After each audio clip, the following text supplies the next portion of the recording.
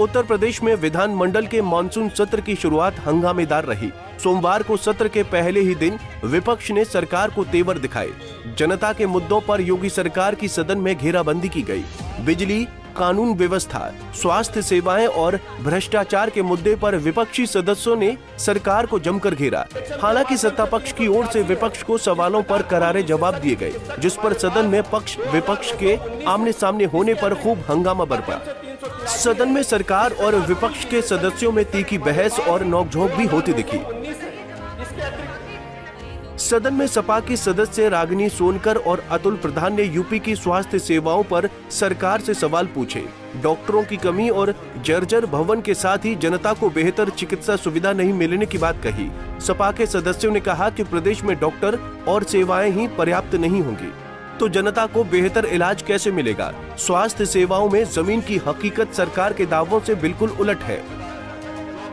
आपको लगता है कि गूगल खोल करके आप डॉक्टर बन जाएंगे और आपको इस विभाग के बारे में A to Z सब पता चल जाएगा, तो ये आपकी गलतफहमी है। Director general of medical education जब तक एक डॉक्टर नहीं होगा तब तक उसे पता नहीं चलेगा कि आपकी स्वास्थ्य व्यवस्था कैसे ठीक होगी। और आज सिर्फ मरीजों का नहीं, डॉक्टरों का भी बहुत बुरा हाल है आपकी सरकार में। और मैं ये प्रश्न पूछना चाहूंगी कि क्या सरकार डीजी अम्मी के पद को चेंज करके IAS ऑफिसर से हटा करके एक डॉक्टर जो उस विभाग के बारे में पूरी जानकारी रखता हो उसको वहां पे बिठाएगी या नहीं बिठाएगी? अरे यहाँ मेरठ में रेफर सेंटर है, मेरठ मेडिकल कॉलेज। उस मेडिकल कॉलेज में आसपास के सारे जिलों के मरीज रेफर होकर पहुंचते हैं। जब वहां पर पहुंचते हैं मान्यवर, वो ऐसी स्थिति वहां पर बनी हुई है कि वो रेफर कर देते हैं हायर सेंटर, और उससे हायर सेंटर सिर्फ दिल्ली में है, इससे नीचे का नहीं है। और यहां तक की इतनी बुरी स्थिति है जिसके बारे में मैंने आपको अवगत कराया था। माननीय अध्यक्ष जी, आपकी परमिशन से कहना चाहता हूं, माननीय मंत्री से मैं व्यक्तिगत रूप से मिला और मिलने के बाद में मैंने अपने CSC फलावदा का जिक्र किया कि CSC को चले हुए 4 साल हो गए, वहां पर गायनी तक नहीं है। माननीय मंत्री जी ने आदेशित कर दिया, प्रश्न करो कि मिला कि नहीं मिला, माननीय मंत्री जी ने आदेशित कर दिया। आज तक आपके कहने पे वहां पर एक डॉक्टर CMO ने वहां पर नियुक्ति किया, तो हम कैसे जानेंगे कि मंत्री जी आपका इकबाल बुलंद है? सपा सदस्यों के सवाल के जवाब में सरकार के स्वास्थ्य मंत्री ब्रजेश पाठक ने सपा सरकार के भ्रष्टाचार की बात कही।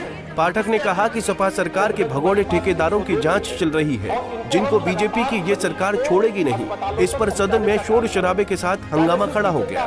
जौनपुर का मेडिकल कॉलेज भाई साहब लोगों की सरकार में बनना शुरू हुआ और उसमें टेंडर मिला टाटा कंपनी को। टाटा कंपनी के अधिकारियों को जबरदस्ती बलात् एक व्यक्ति को इन्होंने काम दिला दिया और वो भगोड़ा साबित हुआ, भाग गया और काम की गुणवत्ता को पैसे लूट करके खा गया। उसकी जांच चल रही है। यही लोग बनाने वाले हैं, यही लोग बनाने वाले हैं। जब आप एक उंगली उठाते तो 3 उंगली तुम्हारी तरफ उठती है। भ्रष्टाचार की जननी रही है। पहली बार भारतीय जनता पार्टी की सरकार में स्वास्थ्य सेवाएं उच्च कोटि की हम लोग प्रदान कर रहे हैं। समाजवादी पार्टी की सरकार में क्या होता था? अध्यक्ष जी, पहली बार मैं बता दूं, पहली बार, चूंकि माननीय सदस्य स्वयं चिकित्सक है।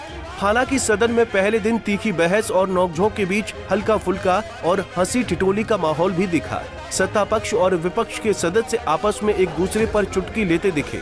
संसदीय कार्य मंत्री सुरेश खन्ना, सपा के नवाब इकबाल महमूद और महबूब अली के बीच हंसी मजाक का दौर भी चला। कांग्रेस विधायक आराधना मिश्रा मोना ने विधवा पेंशन 1000 से बढ़ाकर 1500 करने का मुद्दा उठाया। वहीं सपा के बागी विधायक राकेश सिंह ने स्वास्थ्य सेवाओं को लेकर सवाल पूछा और कहा कि हम सरकार के जवाब से संतुष्ट हैं। इस पर सदन के सभी लोग हंस पड़े।